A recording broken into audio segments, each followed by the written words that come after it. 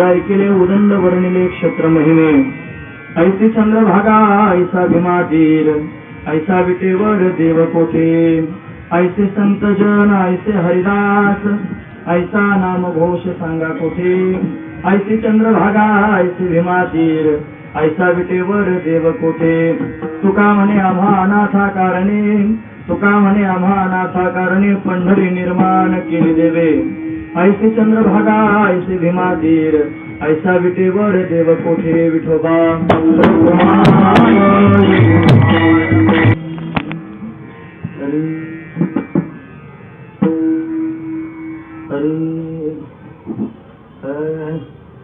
उदंड पाहिले उदंड ऐकिले उदंड वर्णिले क्षेत्र महिमे ऐसे चंद्रभागा ऐसे भीमातीर ऐसा विटेवर देव कोठे प्रसंगी कीर्तनरूपी सेवेकरिता निवडलेला अभंग जगद्गुरु जगतवंदनीय सर्वांच्या अंतकरणाचा अधिष्ठान असणारे माऊली तुकोबाराय यांचा 4 चरणांचा आणि या पंढरीचे वर्णन करून सांगणारा किंवा पंढरीतील त्या ठिकाणी असणारे जे तीर्थ आहेत पुंडलिकराय आहेत भगवान पांडुरंग परमात्मा विटेवर उभा आहे संतजन नामघोष या सर्वच गोष्टींचं वर्णन करणारा अशा पद्धतीचा हा अभंग आहे. या अभंगामध्ये माऊली तुकोबाराय आपल्याला काय प्रतिपादन करून सांगतात तत्पूर्वी आपण एकदा संतांना नमन करूया. श्री संताची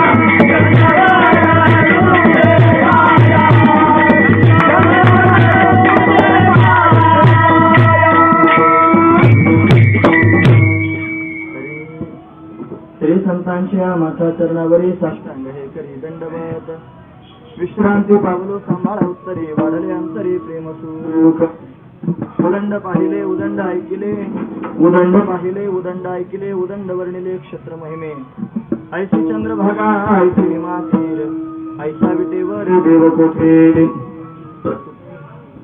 प्रतिवर्षी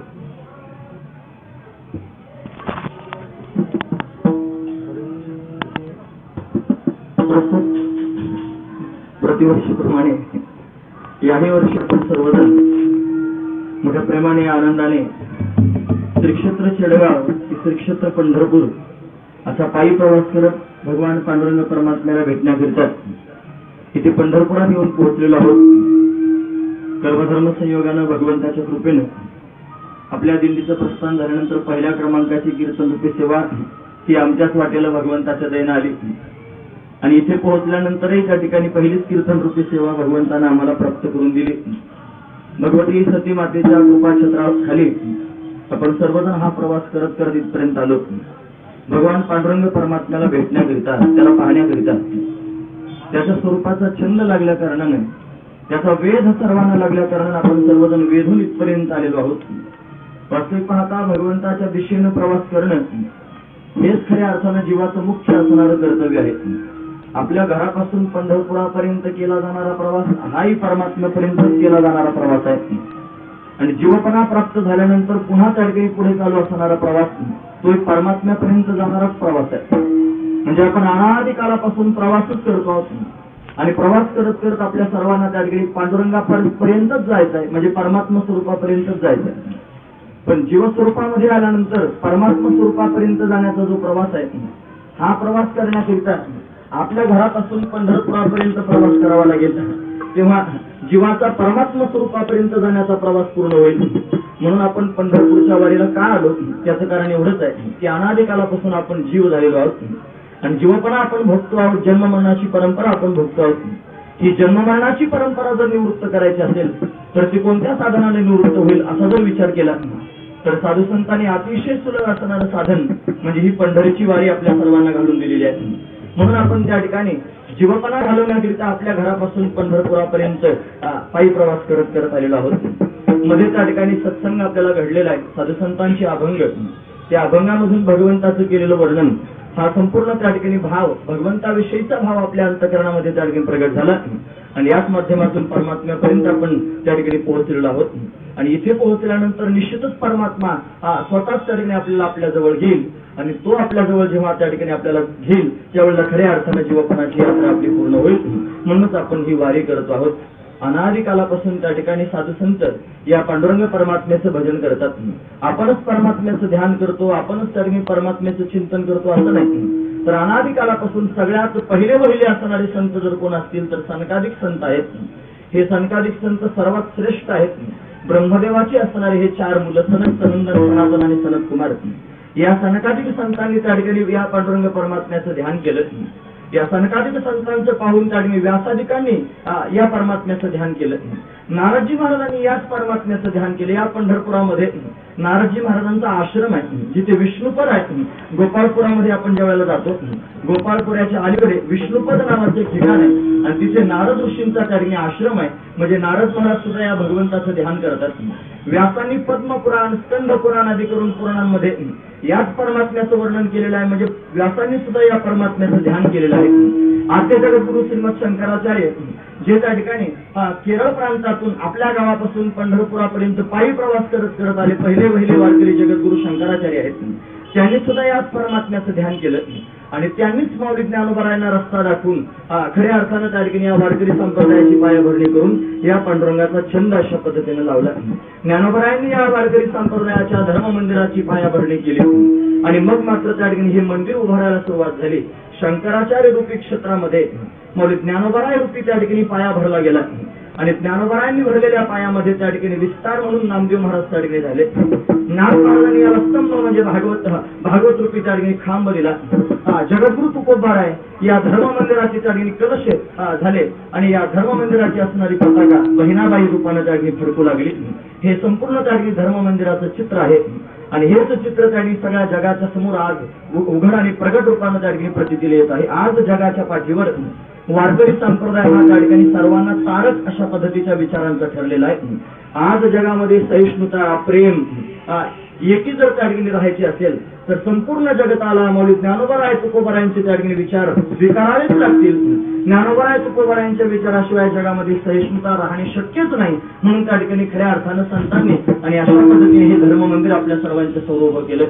आणि या धर्म मंदिरामध्ये अनंत कोटी ब्रह्मांडाचा नायक असणारा माझा भगवान विटेवरती त्या ठिकाणी उभा राहिला आणि तो सगळ्या जगाला त्या ठिकाणी पालावतो आहे. म्हणजे सर्वांना बोलावतो आहे, माझी शरणागती करा, तुम्ही सर्वांनी त्या ठिकाणी माझ्यापर्यंत या, मी तुम्हा सर्वांना भवसागरातून काढून नेईन. त्यामुळे गीता वर्णन करून सांगत असताना सर्वांना वर्णन करून सांगितलं, हे सर्व धर्माना परित्यज्य मामेकं शरणं व्रज अहं त्वा सर्व पापेभ्यो मोक्षयिष्यामि मा शुच. सर्व धर्मांचा परित्याग करून मला शरण या, मी तुम्हा सर्वांना त्या ठिकाणी मोक्ष प्राप्त करून देईन, तुमच्या सगळ्या पापतापांचा मी नाश करीन.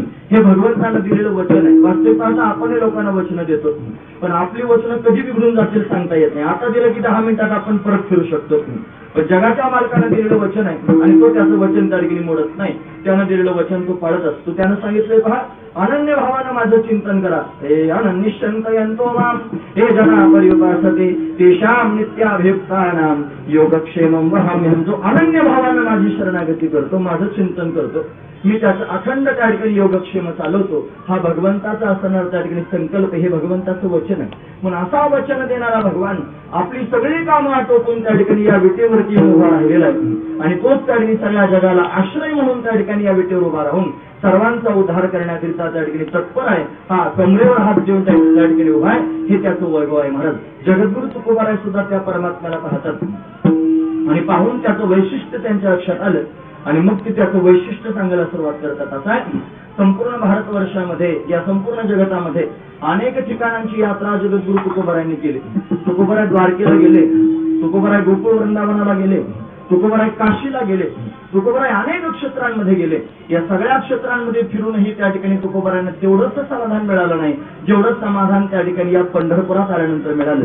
कारण उदंड पाहिले, उदंड ऐकले, उदंड त्या ठिकाणी पाहिलं, उदंड स्वरूपाचं त्या ठिकाणी वर्णन केलं, वर्णन ऐकलं, पण त्या ठिकाणी असं स्वरूप पाहायला मिळालं नाही.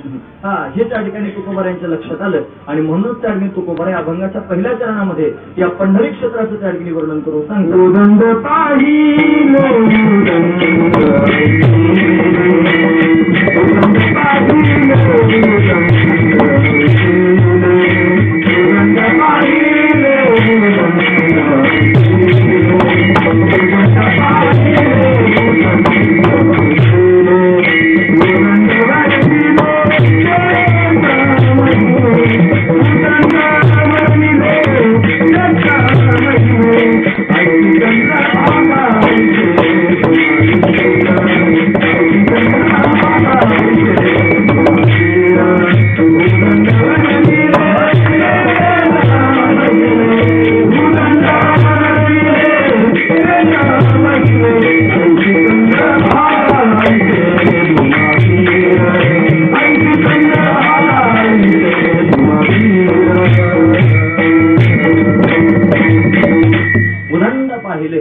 अनेक ठिकाण, उदंड म्हणजे अनेक, विपुल स्वरूपामध्ये त्या ठिकाणी यात्रा करून आणि अनेक ठिकाणांना पाहिलं, उदंड पाहिले आणि उदंड ऐकले, बऱ्याच क्षेत्रांविषयी ऐकलं.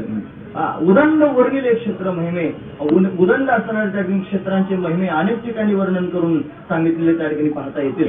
प्रत्येक क्षेत्राचा विशिष्ट असणारा महिमा आहे आणि तो महिमा त्या ठिकाणी लक्षात घेतला. काशी क्षेत्रामध्ये जर त्या ठिकाणी गेलं तर या काशीमध्ये प्रत्यक्ष महादेव असणारा भगवान विश्वनाथ रूपानं वास्तव्य करतोय आणि हा विश्वनाथ तिथे राहून त्या ठिकाणी येणारे जे जीव आहेत त्या सर्व जीवांना त्या ठिकाणी उद्धार करण्याचं काम करतोय. पण तिथे एक अट आहे. काय अट आहे? काशी क्षेत्रात जावं, बऱ्याच काळापर्यंत तिथे वास्तव्य करावं आणि काशीत वास्तव्य करून आपलं शरीर काशी क्षेत्रामध्ये सोडावं, म्हणजे काशी क्षेत्रात मरण यावं. काशीत जर मरण आलं तर मग मात्र त्या ठिकाणी भगवान महादेव, भगवान विश्वनाथ त्या मरणाऱ्याच्या कानामध्ये तारक मंत्राचा उपदेश करतात आणि तारक मंत्राचा उपदेश करून त्या ठिकाणी त्याचा अशा पद्धतीने उद्धार करून टाकतात. म्हणून बरेच असे लोक पाहायला मिळतात की जे मरण्याकरिता काशीला जातात, त्यांची त्या ठिकाणी तयारी असते की बळजबरी ते त्या ठिकाणी मरण जवळ आलं की मग ते काशीच्या दिशेने पळतात आणि काशीत जाऊन त्या ठिकाणी मृत्यू प्राप्त झाला की स्वतःचा उद्धार झाला असं त्या ठिकाणी समजलं जातं. लक्षपूर्वक ऐका. आता बऱ्याच वेळेला असंही घडतं म्हणा, बरेच लोक धावपळ करत करत काशीपर्यंत जातात, मरणासन्न झालेले, आता ते 4-2 दिवसात मरतील असं डॉक्टरांनी सांगितलं. त्यांना मुदत दिली की ते मुदतीचे लोक काशीत न्यायचे. ते काशीत नेल्यानंतर त्या ठिकाणी काशीच्या वातावरणात असं त्या ठिकाणी फरक आहे की मरायला लागलेले माणसं तिथं धडधाकट होतात. फार मरायला टेकू द्या, ते सगळे त्या ठिकाणी तिथं जाऊन चांगले होतात आणि चांगले झाले की पुन्हा चांगले झाले म्हणून घरी येतात आणि घरी आल्यावर 2 दिवसाने मरतात. काशीत मरण्याकरिता सुद्धा त्या ठिकाणी भाग्य असावं लागतं. विनाकारण कोणालाही त्या ठिकाणी काशीमध्ये मरण येत नाही.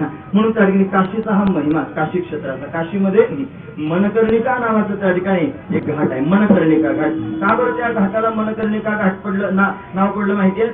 त्या घाटावर त्या ठिकाणी भगवान शिव आणि पार्वती दोघेही त्या ठिकाणी फिरत असताना भगवती पार्वतीच्या कानातली कर्णिका म्हणजे कर्णफूल त्या घाटावर त्या पाण्यामध्ये पडलं आणि ते पडलेलं शोधत असताना भगवान शंकर पार्वती त्याला शोधत आहेत, पण शोधूनही ते कर्णफूल सापडत नाही. त्यावेळेला त्या ठिकाणी भगवान शंकराच्या आणि पार्वतीच्या मनामध्ये उद्वेग निर्माण झाला आणि अंतःकरण जळू लागलं. म्हणून त्या ठिकाणी त्या घाटाचं नाव मनकर्णिका घाट पडलं. मनाला जिथे वेदना झाल्या, कर्णिका म्हणजे कानातल्या फुलामुळे जिथे वेदना झाल्या ते मनकर्णिका घाट आहे. पण मन सारखं जळताय म्हणून त्या ठिकाणी शंकर भगवान रागावले आणि रागावून त्या ठिकाणी बोलून गेले की इथे कायम कुणी ना कोणीतरी जळत राहील. म्हणून आजही त्या मनकर्णिका घाटाची अशी अवस्था आहे की बरीच माणसं तिथं मरायला जातात आणि त्यांना जर तिथे मृत्यू प्राप्त झाला तर त्यांना त्याच घाटावर मनकर्णिका घाटावर जाळलं जातं आणि पूर्ण रूपाने त्यांना जाळत नाही. त्यांना त्या चितेवर ठेवायचं, ठेवून त्या ठिकाणी ते पेटून द्यायचं, अर्ध निर्ध जळू द्यायचं आणि मग ते ओढून काढायचं आणि त्या गंगेच्या त्या ठिकाणी पात्रामध्ये टाकून द्यायचं. मग तिथे मगरी कुसरी असतात त्या भाजलेल्या त्या ठिकाणी अर्ध्या भाजलेल्या शरीराला त्या खाऊन टाकतात. पण उद्धाराची परंपरा जर काय असेल तर काशी देह विटंबने, काशीमध्ये देहाची विटंबना करावी लागते आणि मग उद्धार त्या ठिकाणी प्राप्त होत असतो. म्हणून तिथे महिमा आहे, तिथे जगाचा नाथ विश्वनाथ त्या ठिकाणी वास्तव्य करत आहे, तिथे उद्धार करण्याची सामग्री आहे. पण उद्धार होण्याकरिता तिथे अशा परंपरेने जावं लागतं, अशा माध्यमातून जावं लागतं, असा त्या क्षेत्राचा असणार हा महिमा. चला तिथे त्या ठिकाणी काशी क्षेत्राच्या त्या ठिकाणी वाऱ्या सुद्धा बरेच लोक करतात. आपण जशा पंढरीच्या वाऱ्या करतो अशा काशीच्या सुद्धा त्या ठिकाणी वाऱ्या केल्या जातात. हे झालं काशीचं महिमा. अनेक क्षेत्र आपण पाहत असताना जगद्गुरु तुकोबाराय फिरत फिरत त्या ठिकाणी अनेक क्षेत्रांना गेले तेव्हा ते द्वारका या क्षेत्रामध्ये त्या ठिकाणी गेले. द्वारिका जिथे द्वारिकाधीश असणारा भगवान वास्तव्य करतो, जगाचा मालक असणारा भगवान द्वारकेमध्ये वास्तव्य करतो. आपण सर्वजण त्या ठिकाणी द्वारकेला यात्रेकरिता अभ्यास केला होतो.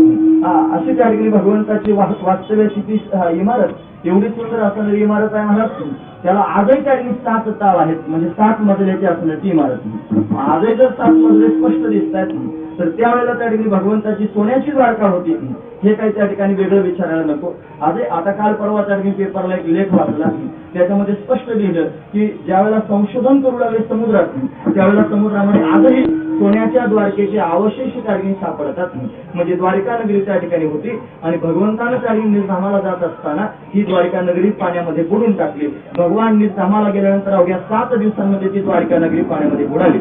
पण लक्षपूर्वक ऐका, जगाचा उद्धार करणारा तो भगवान द्वारिका नगरीमध्ये स्थिर झाला नाही, थांबला नाही. का बरं? त्याला त्या ठिकाणी पुढे अनेक कामं करायचे होते. तो परमात्मा त्या ठिकाणी भक्तांना सांभाळण्याकरिता द्वारकेत उभा राहिला. तो त्या ठिकाणी उभा राहण्याकरिता नाही, द्वारकेत राहू लागला. तो त्याला द्वारिका आवडली म्हणून नाही, द्वारकेमध्ये राहण्याकरिता गेला ठराविक काही कारणाकरिता. जसा हा भगवान त्या ठिकाणी गोकुळात प्रगट झाला, मथुरेत प्रगट झाला, मथुरेतून गोकुळात गेला, गोकुळ वृंदावनामध्ये त्या ठिकाणी थांबला आणि तिथून तो पुन्हा त्या ठिकाणी मथुरा नगरीमध्ये गेला. मथुरेला जाऊन त्याने कंस मारला आणि कंसासुराला त्या ठिकाणी मारल्यानंतर त्या ठिकाणी उग्रसेनाला त्याचं राज्य प्राप्त करून दिलं आणि उग्रसेन राजा झाला. पण जरासंधाला मात्र फार वाईट वाटू लागलं की कंस हा जरासंधाचा असणारा जावई. मग कंसाला 2 बायका होत्या, अस्ति प्राप्तिष्ठ कंसस्य महिषो भरतर्षभा असं भागवतात आपण वर्णन करतो. म्हणून दुःखानं त्या ठिकाणी आपल्या बापाजवळ गेल्या अस्ति आणि प्राप्ती. कंस म्हणजे अहंकार आणि अस्ति प्राप्ती म्हणजे अस्ति म्हणजे आहे आणि प्राप्ती म्हणजे अजून असावं. म्हणजे ही जी वृत्ती आहे त्याला अस्ति आणि प्राप्ती म्हणावं. तर रडत आपल्या बापाकडे जरासंधाकडे गेल्या आणि जरासंधाला सांगू लागल्या कृष्णानं आमच्या पतीला मारून टाकलं. जरासंधानं भगवान श्यामसुंदरावर त्याने आक्रमण करायला सुरुवात केली. एवढे आक्रमण केले महाराज प्रत्येक वेळेला 23 अश्विनी सेना त्या ठिकाणी घेऊन यावी. 17 वेळेला त्या ठिकाणी त्यांना आक्रमण केली. भगवंताला ही गोष्ट माहित होती. लोक म्हणतात भगवान श्यामसुंदर मथुरेतून पळकुट्यासारखा पळून गेला. तो पळकुट्यासारखा पळाला नाही. त्याला एक गोष्ट माहित होती की या जरासंधाचा मृत्यू माझ्या हाताने नसून या जरासंधाचा मृत्यू भीमाच्या हाताने आहे. तो माझ्या हाताने किती प्रयत्न केले तरी मरणार नाही. मग जर तो माझ्या हाताने मरणारच नसेल तर याच्याशी युद्ध करून विनाकारण मथुरेतल्या लोकांना त्रास का द्यावा. पण माझ्यामुळे तर हजारो लोकांना त्रास होतोय. मग मी एकटाच जर इथून निघून गेलो तर हजारो लोकांचा त्रास कमी होईल. म्हणून भगवंतानं त्यांनी सगळ्या लोकांना आपल्या बरोबर घेऊन द्वारकेत जायचं ठरवलं. विशिष्ट कारणाकरिता म्हणजे जरासंधाच्या सावलीतून या सगळ्या लोकांना सोडवण्याकरिता यांच्या दुःखाला कमी करण्याकरिता भगवान तात्कालिक स्थिती धारण करून आणि द्वारकेमध्ये जाऊन पोहोचला. विश्वकर्म्याला बोलावलं. समुद्राला विनंती केली. समुद्रानं थोडीशी जागा दिली आणि विश्वकर्म्यानं सुवर्णाची असणारी द्वारिका नगरी तिथे त्या निर्माण केली आणि तिथे भगवान त्या ठिकाणी राहू लागले. अनंत अंतःपुर त्या ठिकाणी तिथे निर्माण झाले. महाल निर्माण झाले. भगवंताचा संपूर्ण परिवार त्या द्वारिकेमध्ये त्या ठिकाणी वास्तव्य करू लागला. पण वास्तव्य करायचं होतं कुठपर्यंत. तो कायमस्वरूपी राहायला गेला नव्हता. जोपर्यंत जरासंधाची भीती आहे तोपर्यंत द्वारकेमध्ये राहायचं ठरलं होतं.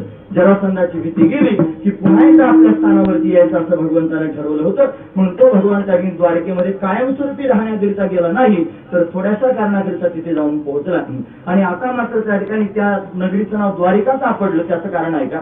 आताच आम्ही द्वारकेला गेलो तेव्हा पंडितजी त्या ठिकाणी आम्हाला फार प्रेमानं सांगत होते आणि त्यांचं आम्ही फार वर्णन ऐकलं. त्यांनी सांगितलं जेव्हा या श्रीकृष्ण परमात्म्याच्या नगरीला लोक शोधण्याकरिता गेले आणि त्यावेळेला त्यांना या नगरीचं द्वार कुठे आहे ते सापडलंच नाही. लोक आपसात चर्चा करू लागले द्वार कहा द्वार कहा. नगरीत जाण्याचं द्वार कहा द्वार कहा. हे द्वार कहा म्हणता म्हणता त्याचं नाव पडलं द्वारका. ऐकतात नसत बघा द्वार कहा म्हणता झालं द्वारका. म्हणून त्या नगरीचं नाव पडलं द्वारका. ही द्वारका नावाची नगरी सप्तपुऱ्यांपैकी एक आहे. ज्या उद्धार करून टाकणाऱ्या 7 पुरी आहेत त्या सप्तपुऱ्यांमध्ये त्या ठिकाणी ही द्वारिका नावाची नगरी आहे. अयोध्या सुद्धा त्या ठिकाणी पुरी आहे. मथुरा सुद्धा त्या ठिकाणी सप्तपुऱ्यांपैकी एक असणारी पुरी आहे. आता पुरी म्हणजे तुम्ही दशमी सोडायची पुरी नका डोक्यात आणू. म्हणजे पुरी म्हणजे शहर टाऊन असं त्याला म्हणावं. म्हणून ते द्वारिका असणारी त्या ठिकाणी नगरी तिथे भगवान वास्तव्य करू लागले. कुठपर्यंत राहणार आहेत जोपर्यंत जरासंधाची भीती आहे. तिथे त्या ठिकाणी भगवान राहत असताना एक दिवशीचा प्रसंग आहे. काय झालं माहितीये या जरासंधाचे आक्रमण तर थांबले. सर्वांना त्या ठिकाणी समाधान प्राप्त झालं. जरासंध त्या ठिकाणी भीमाच्या हाताने मारला गेला. एक दिवशी त्या ठिकाणी भगवती राधाराणी जिला त्या ठिकाणी भगवान श्यामसुंदराला भेटण्याची इच्छा झाली म्हणून ती भगवती त्या ठिकाणी द्वारिका नगरीपर्यंत आली. भगवंताला भेटण्याकरिता आली. तिला त्या ठिकाणी शाप होता महाराज. गोलोकधामामध्ये ज्यावेळेला भगवंताला 2 पत्नी आहेत. एकीचं नाव त्या ठिकाणी राधा आणि एकीचं नाव विरजा. विरजा म्हणजे त्या ठिकाणी यमुना जिचं आपण वर्णन भागवतात बऱ्याच वेळेला ऐकलं. आणि राधाराणी एक दिवशी भगवान त्या ठिकाणी आणि विरजेबरोबर विहार करत होते आणि तिच्याबरोबर विहार करत असताना भगवती राधाराणी समोरून आली. भगवंतानं संरक्षक म्हणून श्रीधामाला तिथे दारात उभं केलं होतं. श्रीधाम आतमध्ये कोणालाही येऊ द्यायचं नाही. जोपर्यंत मी विरजेबरोबर विहार करतोय तोपर्यंत कोणालाही समोर येऊ द्यायचं नाही असं ज्या वेळेला त्याने भगवंतानं सांगितलं. श्रीधाम हातामध्ये काठी घेऊन दरवाजात उभाच होता. भगवती राधाराणी समोरून आली आणि राधाराणीनं त्या ठिकाणी त्या श्रीरामाला सांगायला सुरुवात केली मला भगवंताला भेटायचंय मला आतमध्ये जाऊ दे. त्यानं नकार दिला. त्याने सांगितलं भगवंतानं सांगितलं कोणालाही आतमध्ये पाठवायचं नाही. भगवती राधाराणी रागावली आणि रागावून तिने श्रीरामाला शाप देऊन टाकला. म्हणजे श्रीराम्या मला भगवंतापर्यंत जायला अडवतोस जा मी तुला शाप देते तू दैत्य होशील. म्हणून श्रीरामाला दैत्य व्हावं लागलं. ज्या विरजे श्रीरामानं भगवती राधाराणीला शाप देऊन टाकलं. मला माझी काही चूक नसताना तू जर मला शाप देतेस तर मी सुद्धा तुला शाप देतो की तुला त्या ठिकाणी भगवंताचा 100 वर्षाचा वियोग सहन करावा लागेल. तिला क्षणभराचा वियोग सहन होत नव्हता. तिला 100 वर्षाचा वियोग त्या ठिकाणी सहन करण्याचा शाप देऊन टाकला. त्यावेळेला राधाराणी रागावली आणि तिने विरजेला शाप देऊन टाकला. तुझ्याचमुळे ही शापाशापी घडते आहे. तुला सरितामध्ये नदी व्हावं लागेल. म्हणून अशा पद्धतीने तिघांनाही शाप प्राप्त झाला. म्हणून ती त्या ठिकाणी विरजा यमुना झाली.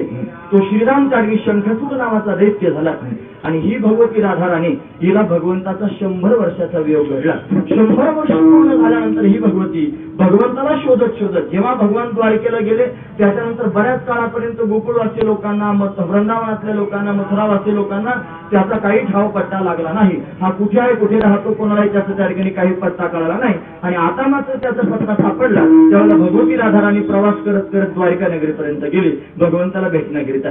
ज्यावेळेला भगवती राधाराणी भगवान श्यामसुंदराला भेटण्याकरिता गेली तेव्हा त्या ठिकाणी श्यामसुंदरानं तिला पाहिलं. तिच्या अंतःकरणामध्ये भगवंताविषयीचं अप्रतिम असणारं प्रेम आहे. अखंड भगवंताचं चिंतन त्या ठिकाणी करते आहे महाराज. हरी श्रीकृष्ण गोविंद हरे मुरारी नारायण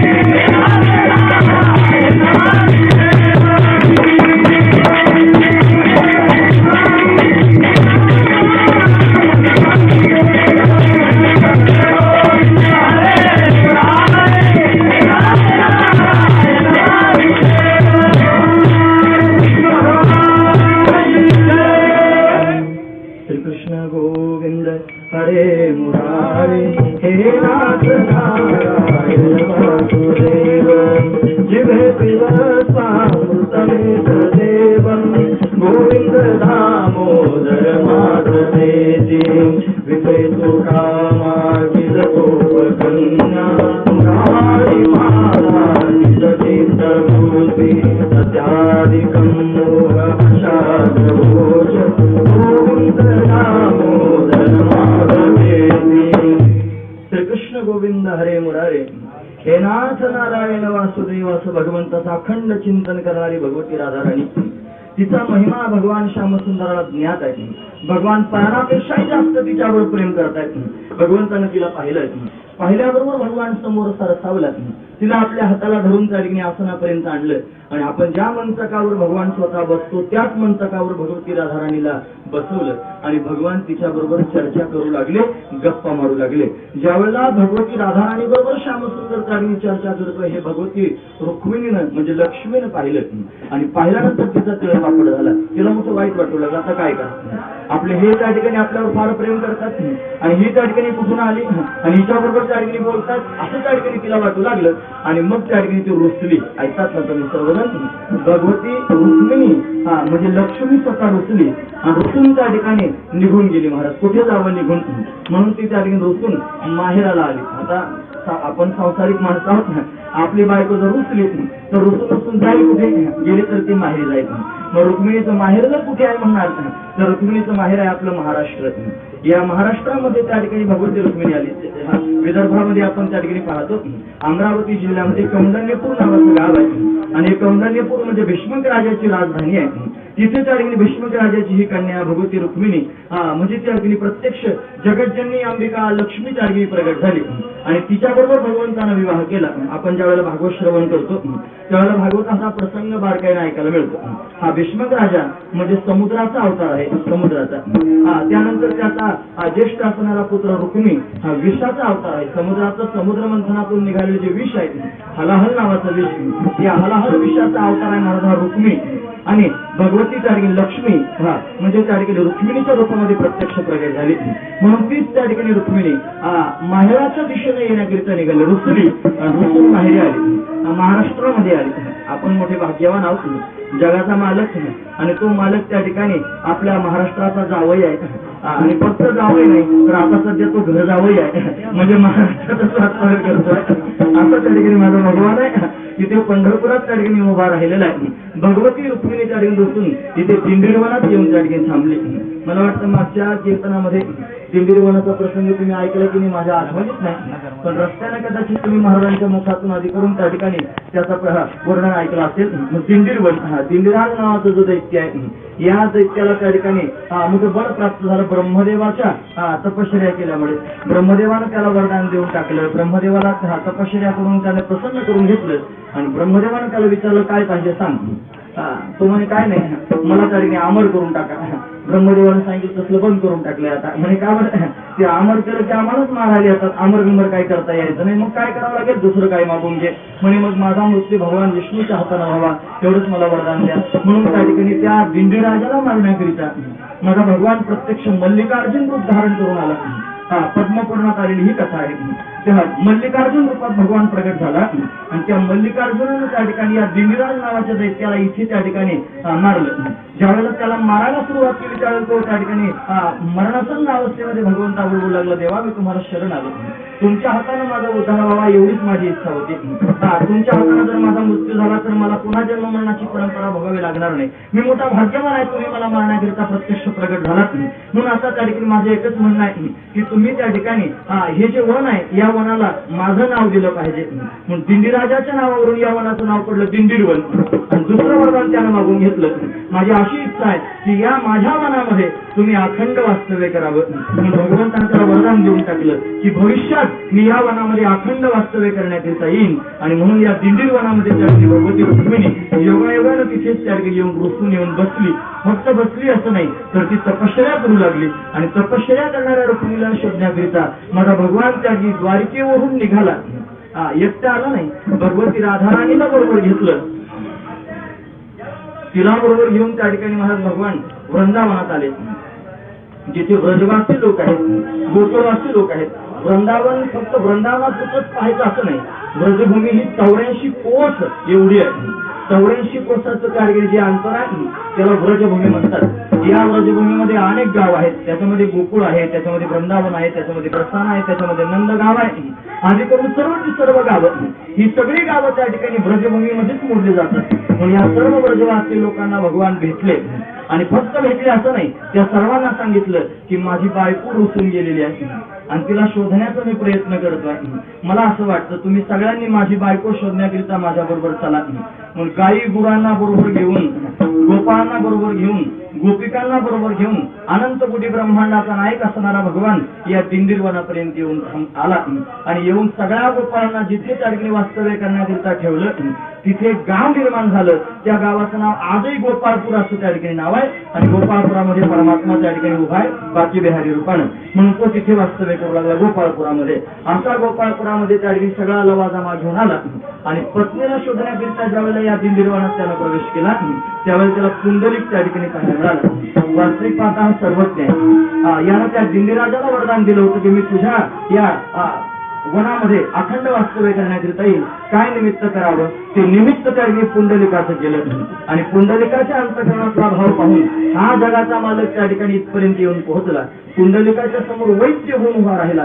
त्याच्या आईवडिलांची डोळे त्या ठिकाणी गेलेले होते, डोळ्यांचं औषध भगवंतानं वैद्यराज होऊन दिलं. पुंडलिकाची परीक्षा त्या ठिकाणी पाहिली. पुंडलिकावर प्रसन्न झाला.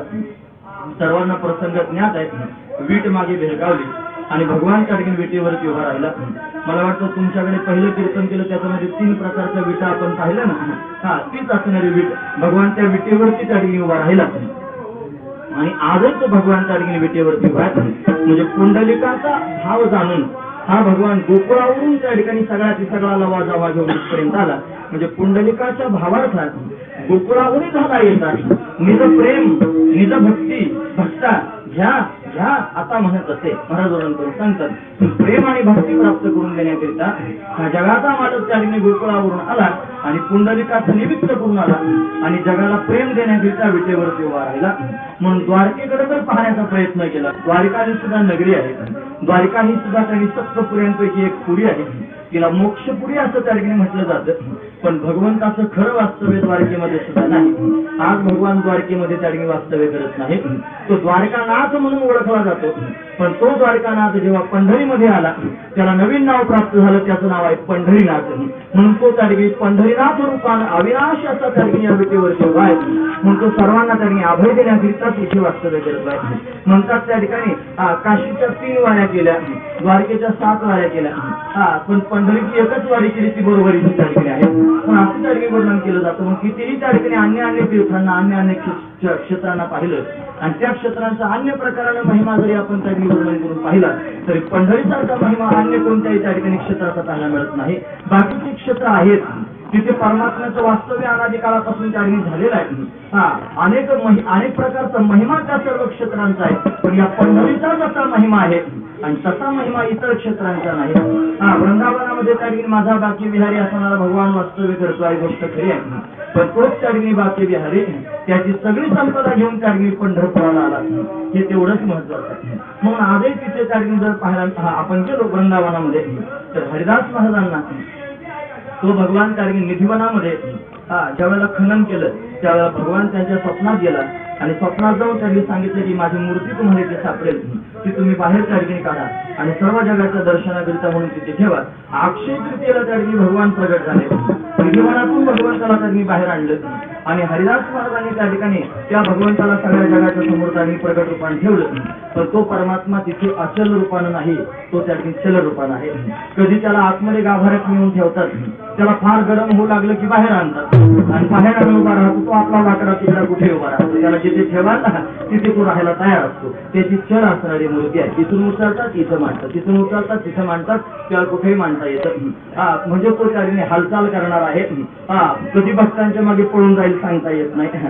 पण तोच असणारा त्या ठिकाणी बाकी विहारी, तोच त्या ठिकाणी वाकडा तिकडा असणारा भगवान, जो सर्वांना त्या ठिकाणी पोढ्यात टाकणारा भगवान, वेदाला जास्त पुढे उलगडत नाही असा असणारा भगवान, तो सरळ सरळ त्या ठिकाणी भक्तांवर कृपा करण्याकरिता सरळ उभा राहिला. इथं तो आचल आहे, इथं हालचाल करायचं काही काम नाही.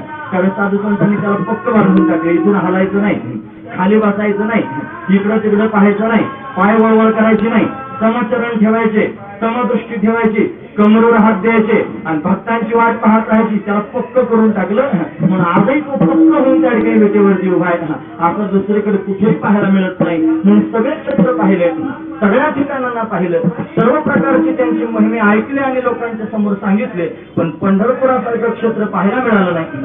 पंढरपुरासारखा महिमा कुठे पाहायला मिळत नाही. जो सगळ्या जगाला चालवणारा असणारा परमात्मा तो अचल रूपाने इथे त्या ठिकाणी वास्तव्य करतो, अखंड इथे राहत नाही. हेच त्याचं खऱ्या अर्थानं वैभव आहे. आणि ते महाराज वर्णन करून सांगतात, उदंड पाहिले, उदंड ऐकले, उदंड वगैरे क्षेत्र महिमे, उदंड पाहिलं, उदंड ऐकलं, उदंड असं त्या ठिकाणी क्षेत्रांचं महिमान वर्णन करून सांगितलं.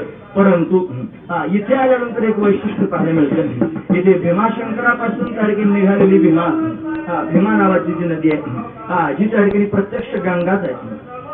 जी गंगा आहे भगवान शंकरापासून त्या ठिकाणी प्रगट झाली ना, म्हणून ती भीमरथी तिला त्या ठिकाणी म्हटलं जातं. ही भीमरथी सरळ सरळ वाहत वाहत इथपर्यंत आली आणि इथे आल्यानंतर त्या ठिकाणी चंद्राकार झाली.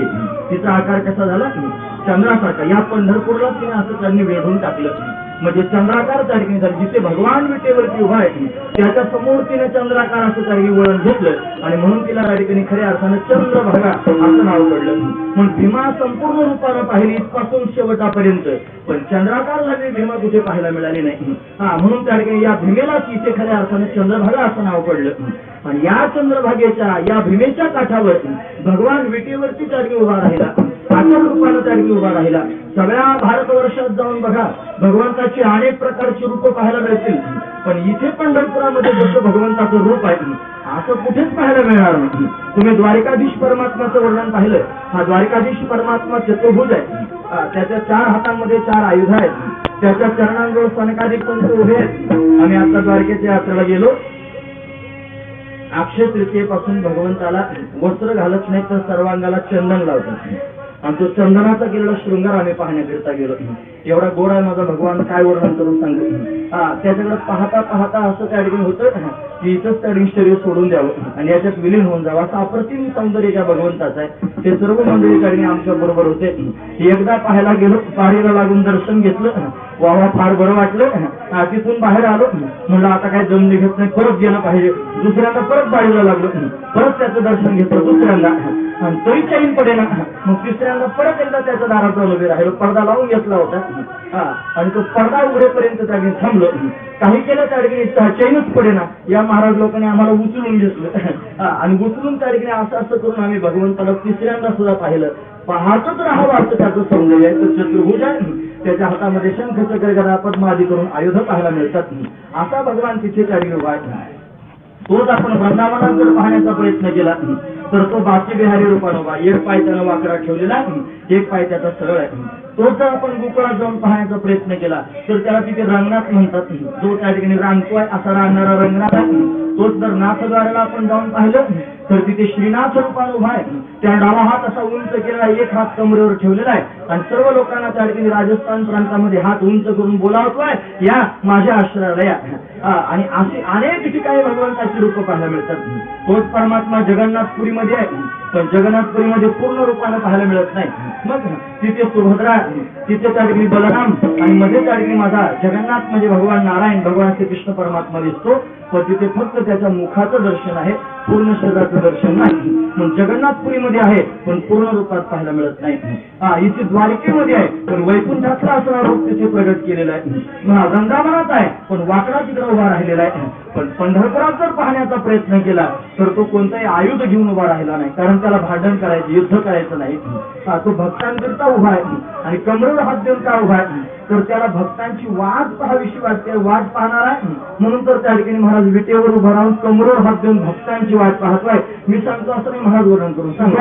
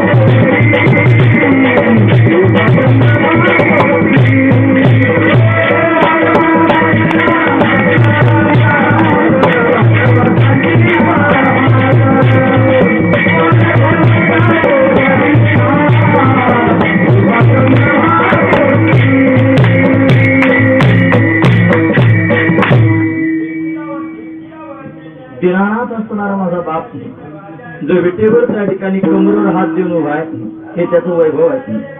सगळ्या भारतवर्षात जाऊन बघा, असा भक्तांची वाट पाहणारा कुठे सापडत नाही. शंखचक्र गदा हातात घेऊन त्या ठिकाणी भक्तांचा सांभाळ करण्याकरिता उभा असणारा, युद्धाची भूमिका घेऊन उभा असणारा पाहायला मिळेल. वाकडा उभा राहून त्या ठिकाणी भक्तांना बोलावणारा असा त्या ठिकाणी पाहायला मिळेल. तो त्या ठिकाणी हात उंच करून कधीतरी बोलावताना कोणाला दिसेल. पण त्या ठिकाणी कमरेवर हात देऊन आणि केविलवाना चेहरा करून भक्तांची वाट पाहणारा कुठे पाहायला मिळत नाही. पण तोच माझा दिनानाथ असणारा भगवान भक्तांची वाट पाहतोय. भोळा भाबडा असणारा देव आहे. हा फार भोळा आहे, त्याचं काय वर्णन करून सांगावं. याच्यासारखा भोळा जगात दुसरा कोणी नाही. भक्तांनी जसं करावं तसं यानं व्हावं, भक्तांनी जसं म्हणावं तसं त्यानं करावं, अशी त्याची दिव्य असणारी अवस्था आहे. हा भक्तांकरताच वेटीवरती उभा साधूंचं वर्णन करून सांगतात. समचरण सरोजम चांद्र नीलांबुदाभम जगननिहित पाणिं मंडनं मंडनानां तरुणतुलसीमाला कंधरं कंजनेत्रं सदय भवदहासं विठ्ठलं चिंतयामि. हा विटेवरती चढीन उभा, समान चरण ठेवून उभा आहे, हा समान दृष्टी ठेवून उभा आहे, कमरेवर हात देऊन उभा आहे आणि भक्तांची वाट पाहत उभा आहे. असा देव तुम्ही कुठे पाहिलाय का? नाही. भीमा नदी तुम्ही पाहिली, पण अशी चंद्राकार झालेली तुम्ही पाहिली का? नाही. हा, आणि देव तुम्ही सगळ्या जगामध्ये पाहिला, पण असा विटेवर उभा राहिलेला तुम्ही पाहिला का? नाही. तुकोबारांना हेच आश्चर्य वाटलं आणि ते आश्चर्य वाटल्या कारणानं सगळ्या जगाच्या समोर सांगू लागले, उदंड पाहिले, उदंड ऐकले, उदंड वर्णिले क्षेत्र महिने, परंतु असं पाहायला मिळालं नाही. अभंगाच्या दुसऱ्या चरणात सांगतो, ऐसे चंद्र भागा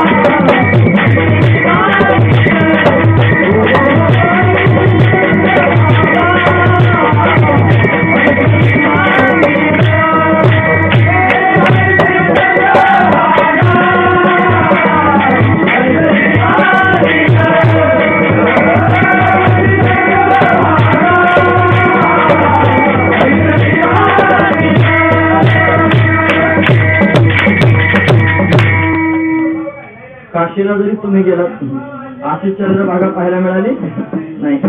असा विटेवर उभा असणारा देव पाहायला मिळाला नाही. तुम्ही त्या ठिकाणी द्वारकेला गेलात, तिथं अशी चंद्रभागा पाहायला मिळाली नाही.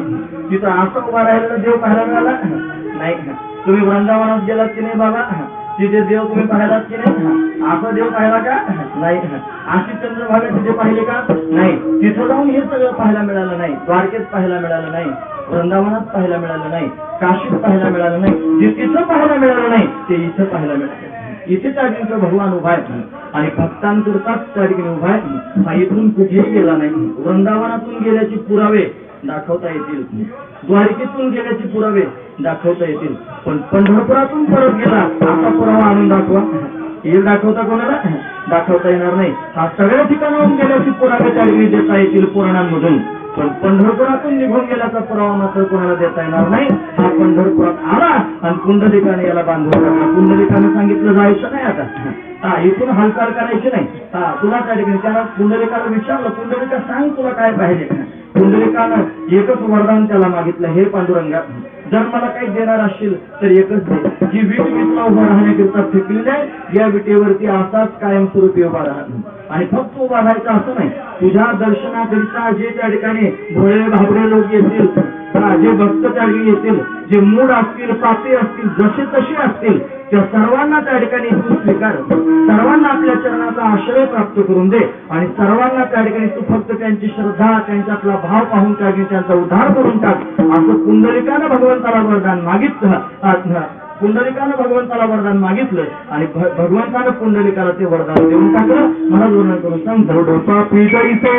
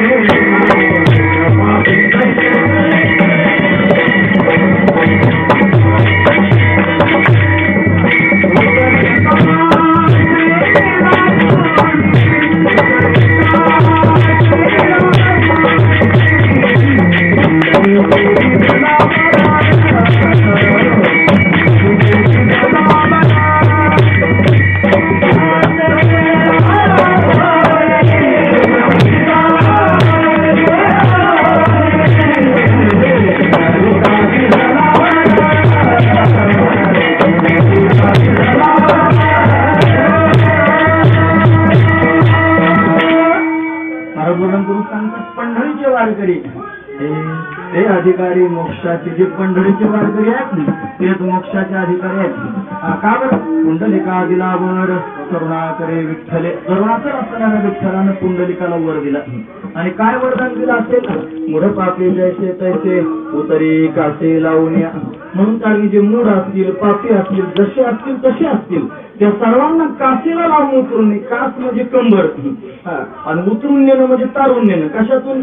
भवसागरामध्ये बुडणारे जे घोडे घाबरे जसे तसे पापी चांगले तडगे असतील तुझ्या शरणागतीत आले तर त्या बुडणाऱ्या लोकांना तू आपल्या कडेवर घे आणि कडेवर घेऊन त्यांना तू पहिलं तीराला नेऊन सोडून दे म्हणजे त्यांचा उद्धार कर. असं वरदान पुंडलिकानं मागितलं आणि पुंडलिकाला ते वरदान भगवंतानं दिलं आणि दिलं याचं उत्तर सांगण्याकरिता तुकोबाराय म्हणतात, हे तुका म्हणे खरे झाले एका बोले संतांच्या. खरं झालं आणि संतांच्या एका ठिकाणी बोलानं खरं झालं. म्हणजे पुंडलिकाच्या शब्दामुळे भगवान आजही विटेवरती त्या ठिकाणी उभा राहिला आणि आजही भक्तांचं त्या ठिकाणी महाराज अशा पद्धतीने त्या सांभाळ करतोय. नवीन नवीन युगे झाली 28. अजून कान मनसी पैस. 28व्या युगापासून हा परमात्मा विटेवरती उभा आहे. 28व्या युगापासून जशी कालगणना आपण पाहतो ना, या कालगणनेमध्ये त्या ठिकाणी 4 युग पाहायला मिळतात. सत्ययुग, त्रेतायुग, द्वापारयुग आणि कलियुग या 4 युगाला एक चतुर्युगी म्हणतात किंवा त्याला एक महायुग म्हणतात. अशा 71 चतुर्युग्या झाल्या म्हणजे एक मनवंतर होतं. अशी 14 मनवंतर झाली म्हणजे एक कल्प होतो. एक कल्प म्हणजे ब्रह्मदेवाचा एक दिवस आणि तेवढाच कालावधी लोटला म्हणजे ब्रह्मदेवाचे एक रात्र. असं ब्रह्मदेवाचं 100 वर्षाचं आयुष्य आहे. अशी कालगणना आहे.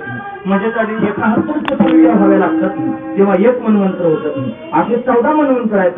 या 14 मनवंतरांमधलं 7वं हे मनवंतर आता सध्या चालू. याचं नाव आहे वैवस्वत मनवंतर. या वैवस्वत मनवंतरामध्ये 27 कलियुग त्या ठिकाणी पूर्ण झाली म्हणजे 27 चतुर्युग्या पूर्ण झाल्या आणि 28वी चतुर्युगी सुरू झाली म्हणजे सत्ययुग झालं, त्रेतायुग झालं, द्वापारयुग झालं आणि 28वं कलियुग सुरू झालं आणि 28व्या कलियुगामध्ये अजून पुढे बरेच 71 पूर्ण व्हायला 7व्या मनवंतरात 28वं जे कलियुग आहे या 28व्या कलियुगामध्ये भगवान त्या ठिकाणी पुंडलिकाला भेटण्याकरिता आले आणि विटेवरती उभं राहिले. म्हणून त्या युगे 28 विटेवरी उभा असं त्यांनी आपण सर्वजण म्हणतो. म्हणजे 28व्या युगामध्ये परमात्मा विटेवरती उभा राहिला आणि आजही त्या ठिकाणी पुंडलिकाकरिता तो उभाच आहे. तो बरोबर आहे त्याचं वर्णन करून सांगतात ते पुंडलिकासाठी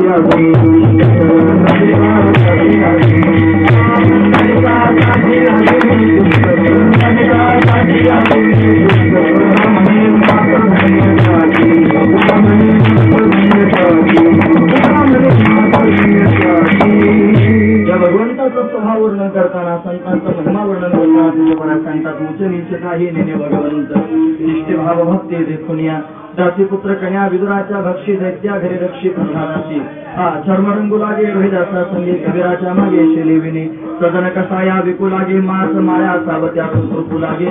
सगळा अभंग पाहून घ्या. या अभंगाचा शेवट आहे पुंडलिकासाठी अजूनही तिष्ठत.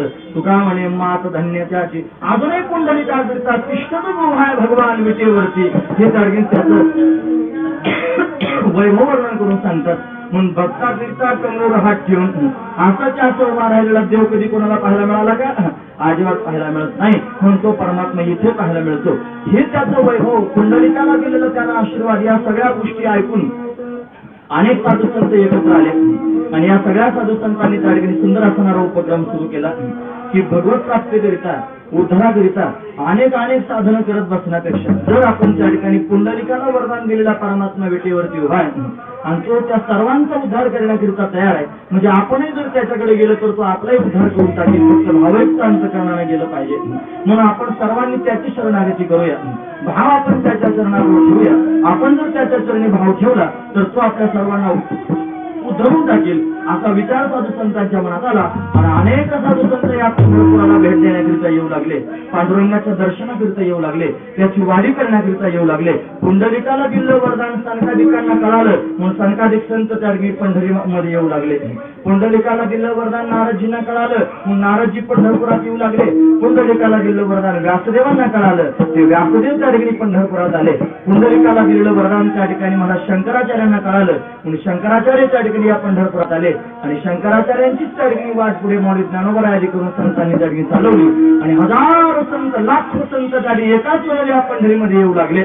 आणि एवढे त्या ठिकाणी विभोर होऊन जाऊ लागले भगवंताच्या भक्तीत की या चंद्रभागेचे भीमेचे दोनही त्या ठिकाणी तट विभोर होऊन भक्तांची दाटी त्यांनी दिसू लागली. दोन्हीचा हात भरले घन दाट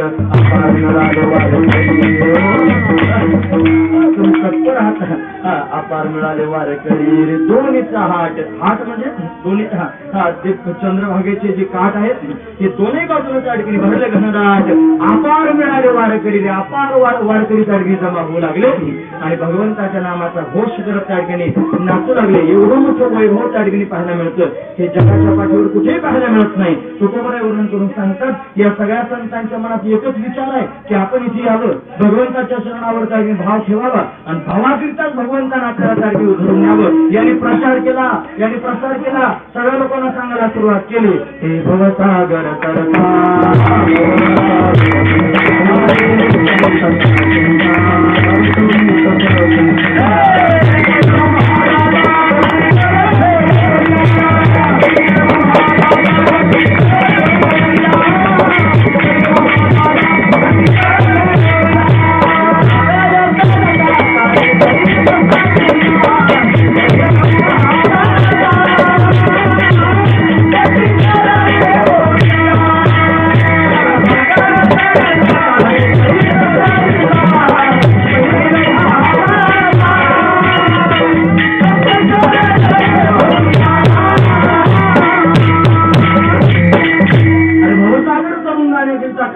तरता काही चिंता करू नका.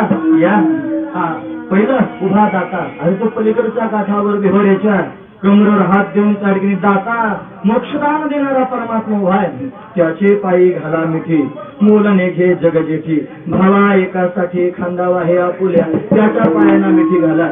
तो त्या ठिकाणी काही मोल घेत नाही काही तुम्हाला परिश्रम करावे लागणार नाही. फक्त त्याच्या चरणावर त्या ठिकाणी भाव ठेवा. नंतर भाव त्याच्या चरणी ठेवाल तर त्या भावासाठी खांद्यावर येऊन पलीकडे त्या नेऊन पोहोचवेल. हा त्याचा स्वभाव आहे. हा त्याचा स्वभाव हा त्याचा महिमा हे त्याचं वर्णन अनेक संतांनी ऐकलं आणि अनेक संत या पंढरपुरात येऊ लागले. अनेक भक्त या पंढरपुरात येऊ लागले आणि भगवंताच्या नामाचा घोष त्या ठिकाणी करू लागले. असे संत जगाच्या पाठीवर कुठे पाहायला मिळत नाहीत. असे भक्त जगाच्या पाठीवर कुठे पाहायला मिळत नाहीत आणि असा नामाचा घोष जगाच्या पाठीवर कुठे पाहायला मिळत नाही. हे जगद्गुरु तुकोबारायांना दिसलं आणि म्हणूनच ते आपल्या समोर सांगतायत ऐसे संत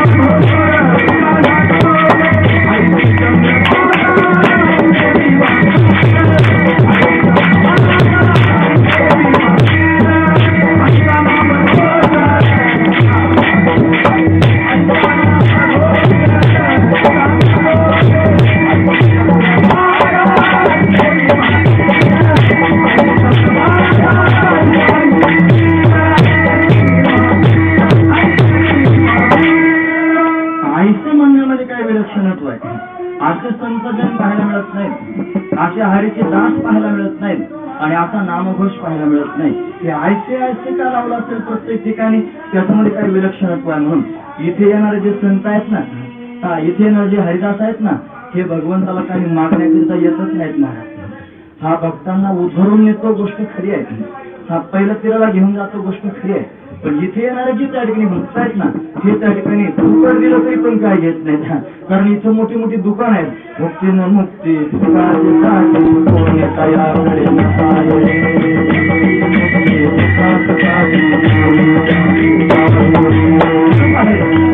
भक्ती म्हणजे भोग आणि मुक्ती म्हणजे मोक्ष. फुकाटीसाठी अरे फुकट आहेत इथे पण कोणी त्याच्याकडे पाहत नाही. सगळं जग त्या ठिकाणी उपासना करतं. काशीत जाणारे लोक मोक्ष मागायला जातात. द्वारकेत जाणारे लोक भोग मागायला जातात. भोग भगवान भोग त्या ठिकाणी देतो, त्याला भोगच फार लागतात. दिवसातून किती वेळा जेवतो त्याची त्याला माहिती. 11,000 रुपये लागतात त्याला. असं आम्ही गेलो दर्शनाला, पडदाच लावून घेतला, दर्शन देणार नाही म्हणत होतं. मग आधी त्या ठिकाणी दिवसभराचा भोग द्या देवाचा, एवढ्या लांबून तुम्ही आले कशाला म्हणून सगळे मिळून त्या ठिकाणी भोग द्या. पडदा उघडायला तयार नव्हते. आणि मग जेव्हा कबूल केलं सगळ्यांनी म्हणून आम्ही त्या ठिकाणी असा भोग दिवसभराचा भगवंताला देऊ, तेव्हा त्या ठिकाणी इतक्या वेळा दिवसभरात जेवतो. त्याचा तो प्रसाद, उरलेला प्रसाद आम्हाला दिला, तो एवढ्या लोकांना वाटूनही शिल्लक राहिला. ऐकतात ना तुम्ही सर्वजण, एवढा त्याचा प्रसाद किती खावा लागतंय बघा. हे असं खादाड आहे, दैवतच आहे. आता त्याला काय करावं. पण तिथं भोग मागायला लोक जातात, एका ठिकाणी मोक्ष मागायला जातात, एका ठिकाणी भोग मागायला जातात. म्हणून तिथं भक्त आहेत, तिथं त्या ठिकाणी अनेक प्रकारचे हरिदास आहेत, पण ते वेगवेगळ्या पद्धतीने त्या ठिकाणी जाणारे आहेत. पण या पंढरपुरात येणारे जे संत आहेत आणि या पंढरपुरात येणारे जे हरिदास आहेत ते भोगही मागत नाहीत आणि ते मोक्षही मागत नाहीत. ते फक्त देव मागतात. आणि भगवंताकडे गेल्यानंतर भोग मागू नये आणि भगवंताकडे गेल्यानंतर मोक्षही मागू नये. भगवंताकडे गेल्यानंतर मागावं काय, तर तो भगवान मागावा. जो जगाचा मालक आहे तो जर आपल्या हातात आला तर सगळंच त्या ठिकाणी आपल्या हातात प्राप्त होईल. हा तेवढाच महत्वाचा आहे. सामान्य संसारामधलं उदाहरण जर पाहायचं ठरलं तर ते एवढंच आहे. मी तुम्हाला प्रश्न विचारतो, माणसानं बाप मागावा का बापाची संपत्ती मागावी? आपण बऱ्याच वेळेला ऐकता हा प्रश्न. उत्तर सांगा, माणसानं बाप मागावा की बापाची संपत्ती मागावी? बाप मागा. आता समाजात काय पाहायला मिळतं, लोक बापाला मागतात की बापाची संपत्ती मागतात.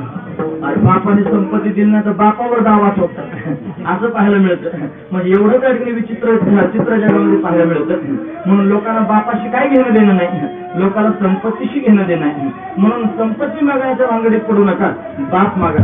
जर बापाला आपलं करून घ्याल तर त्याची संपत्ती आपोआपच आपल्या नावावर त्या ठिकाणी लिहून टाकली जाईल. हा तेवढाच महत्वाचा विचार आहे. म्हणून जगाचा मालक असणारा हा बाप माझा दीनानाथ, वाट भक्तांची पाहत, हा विटेवरती उभा असणारा परमात्मा सगळ्या जगाचा बाप आहे.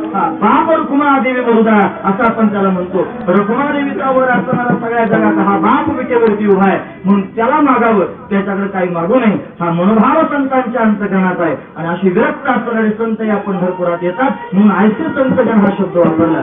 आणि काही न मागता भगवंताची सेवा, भगवंताचं दास्यत्व करतात म्हणून आयसे हरिदास असा त्यांनी शब्द वापरला. आणि काहीच न मागता भगवंताचं प्रेम त्या ठिकाणी घेण्याकरिता नाही, भगवंताला प्रेम देण्याकरिता भगवंताचं नामचिंतन करतात म्हणून आयसा नामघोष असा शब्द वापरला. आणि एवढं त्या ठिकाणी वैभव जगद्गुरु तुकोबारांना कळालं, जगाच्या समोर त्या ठिकाणी मांडलं. पण महाराज, आमच्या मनामध्ये एक प्रश्न निर्माण होतो. म्हणजे काय निर्माण होतो, जगाच्या पाठीवर एवढे तीर्थक्षेत्र तुम्ही आता वर्णन करून सांगितले, एवढे सगळे तीर्थ असताना हे पंढरपूर कावर त्या निर्माण झालं असेल?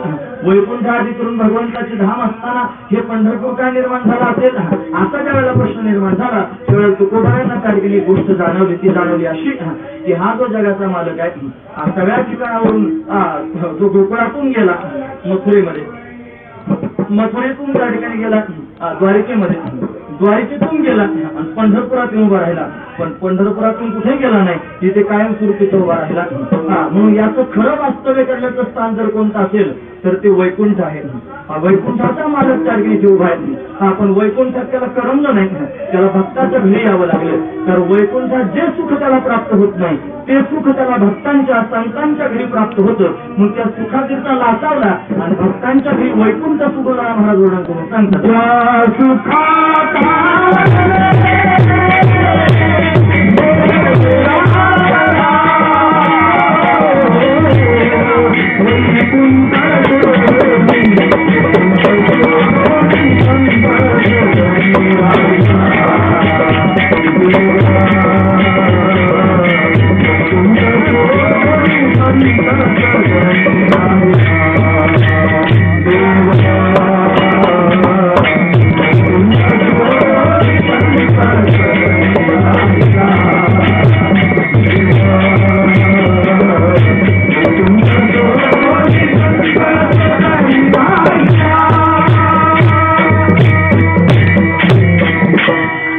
सुखाकारणे देव वेडावला, देवाला वेळ लागला. वेडा झाला लाचावला भक्तीशी, भक्तीला लाचावला आणि वेडाहून भक्तांच्या मागे मागे चालत इथपर्यंत आला आणि इथे येऊन त्या ठिकाणी उभा राहिला. इथून कुठेच नाही गेला आणि कधीच नाही गेला. वैकुंठ सोडून दिलं आणि वैकुंठाहून श्रेष्ठ पदवी असताना प्राप्त करून दिली. त्याला वैकुंठ म्हणतात, पण या पंढरीला भूवैकुंठ म्हणतात. भूवैकुंठ म्हणे तुका अधिकाक्षराहून एका, भूवैकुंठ म्हणे तुका एका अक्षराहून जास्त आहे या नगरीचं नाव. त्याचं राहण्याचं ठिकाण आहे वैकुंठ. पण या पंढरपूरला काय म्हणतात? भूवैकुंठ. त्याच्यामध्ये 3 अक्षर आहेत वैकुंठ, पण इथे त्यांनी 4 आहेत भूवैकुंठ.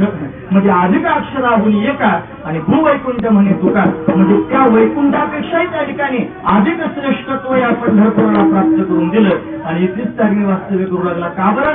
भोळ्या भाबड्या भक्तांना त्या ठिकाणी साधना करून वैकुंठापर्यंत येता येत नाही. इथे त्या ठिकाणी भोळे भाबडे असणारे भक्त काशीला जाऊ शकायचे नाही, कदाचित द्वारकेला जाता यायचं नाही. आता साधनं झाली म्हणून लोक वृंदावनात जाता येतं, तिथे जाता येत नाही. मग काय करावं? या भोळ्या भाबड्या भक्तांनी काय करावं? या अनाथांना असंच टाकून द्यावं की काय, असा विचार जेव्हा मनात आला तेव्हा भगवंताने विचार केला की बस आता कुठे जायचंच नाही. इथेच सुंदर असणारं वैकुंठ निर्माण करायचं, इथेच त्या ठिकाणी ही नगरी निर्माण करायची आणि कायमस्वरूपी इथंच राहायचं. म्हणजे अनाथ असणारे माझे जे भक्त आहेत त्यांना मी सनाथ करू शकेन. म्हणून त्या भगवंतानं आमच्यासारख्या अनाथांना पाहून त्या ठिकाणी ही पंढरी निर्माण केली. अभंगाचं शेवट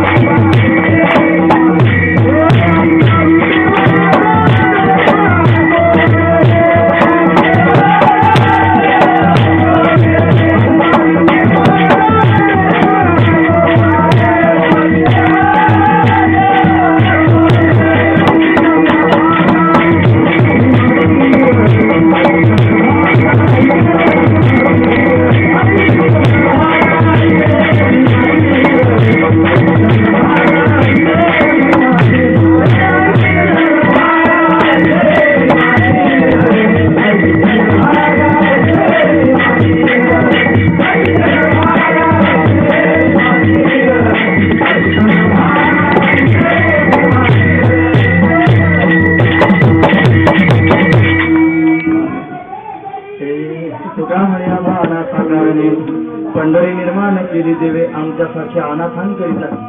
भगवंताने ही पंढरी निर्माण केली आणि फक्त निर्माण केली असं नाही तर आमच्याकरता इथेच राहू लागला, हे त्याचं वैभव आहे. विटेवरती उभा राहिला आणि अजूनही तिथेच त्याची शिष्टत्व आहे आमच्यासारख्या अनाथांकरिता. बऱ्याच वेळेला दानशूर असणारे लोकांना घर बांधून देतात, पुण्य प्राप्त करून घेण्याकरिता. बऱ्याच वेळेला दान धर्म करतात पुण्य प्राप्त करून घेण्याकरिता.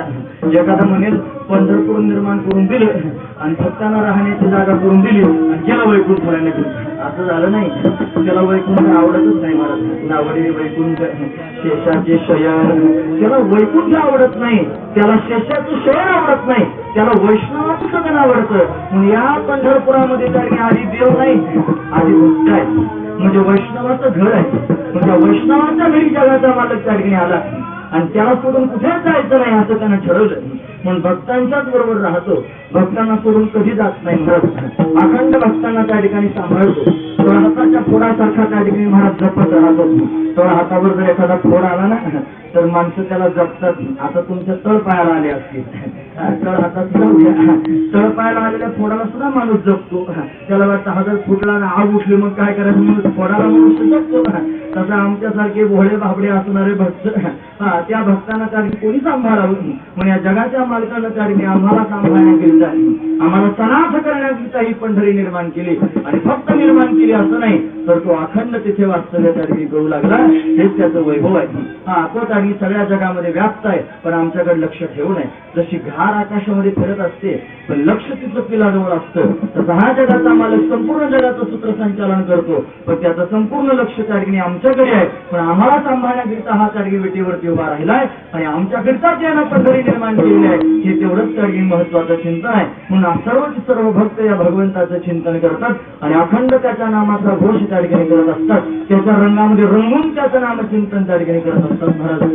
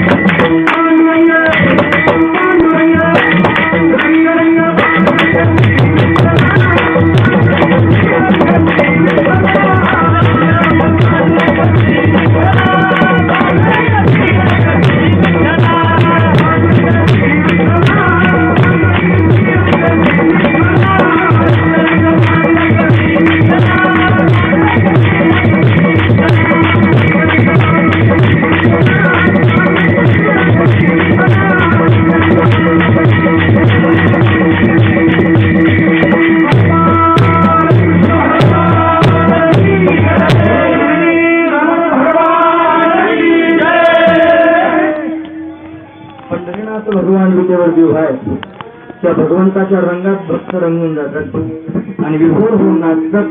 असा नामघोष जगाच्या पाठीवर कुठेही पाहायला मिळत नाही. म्हणून अशा पद्धतीने हे वैभव जगत गुरु तुकोबारांना कळालं आणि तेच वैभव जगाच्या समोर तुकोबारांनी वर्णन करून सांगितलं आणि तेच आपण या अभंगाच्या माध्यमातून पाहिलं. असा अभंगाचा सरळ सरळ अर्थ आपण पाहण्याचा प्रयत्न केला.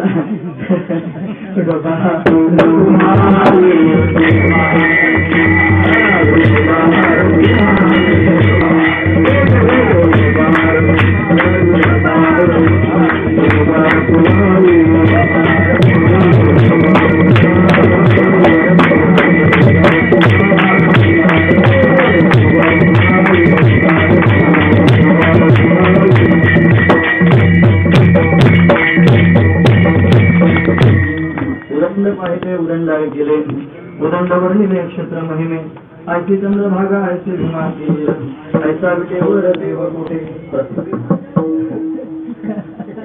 आपण या ठिकाणी भगवंताच्या भेटीकरिता उपस्थित आहोत. प्रतिवर्षीप्रमाणे भगवंताची सेवा आपण या ठिकाणी करत आहोत. या वारीचा महिमा, या वारीचं महत्व, या वारीचा विधी जर पाहायचा ठरला तर तो एवढाच आहे. चंद्रभागे स्नान विधितो हाई कथा. चंद्रभागेचं स्नान करावे आणि भगवंताची कथा श्रवण करावी एवढाच वारीचा असणारा विधी आहे. दर्शनाच्या बारेला लागावं आणि 2 दिवस उभं राहून दर्शन घ्यावं असं कोणत्याही अभंगात लिहिलेलं नाही. वारी जर करायची असली तर वारीला त्या ठिकाणी यावं, चंद्रभागेमध्ये स्नान करावं, साधू संतान होतील संतांची या भेटी असं त्या ठिकाणी आहे. अलंकापुरात नाही तर पंढरपुरात या दोनही ठिकाणी हेच महात्म्य संतांच्या भेटी होतील, साधुसंत भेटतील, हरिकीर्तन ऐकायला भेटेल आणि हरिकीर्तनातून त्या ठिकाणी महाराज विलक्षण असणारं प्रेम सुख आनंद प्राप्त होईल. हा आनंद मिळवण्याकरिताच आपण सर्वजण वारी करता आलेला आहोत. आपण अभंगाचा सरळ अर्थ या ठिकाणी पाहिलेला आहे. त्याच्यातला विलक्षण असणारा जो भाव आहे तो पुन्हा कधीतरी पाहण्याचा प्रयत्न करूया. म्हणून आज याच ठिकाणी त्या ठिकाणी थांबणं अतिशय गरजेचं आहे, कारण पुढे त्या ठिकाणी 7 वाजता आम्हाला गावात कीर्तनाला जायचंय. 6:15 वाजत आलेले आहेत म्हणून इथं थांबणं अशा पद्धतीने योग्य आहे. म्हणून काय उदंड पाहिलं, काय उदंड ऐकलं आणि काय उदंड वर्णन केलं हे पाहिलं पाहिजे. कशी त्या ठिकाणी चंद्रभागा आहे, कशी तिला भीमा त्या ठिकाणी म्हटलं गेलं आणि कसा देव विटेवरती उभा राहिला, कोणत्या विटेवर उभा राहिला, कसा उभा राहिला हे त्या ठिकाणी विस्तारानं पाहण्यासारखंच आहे. कोणते संत येतात, कोणते हरिदास येतात आणि कोणत्या नामाचा घोष करतात हे पाहिलं पाहिजे.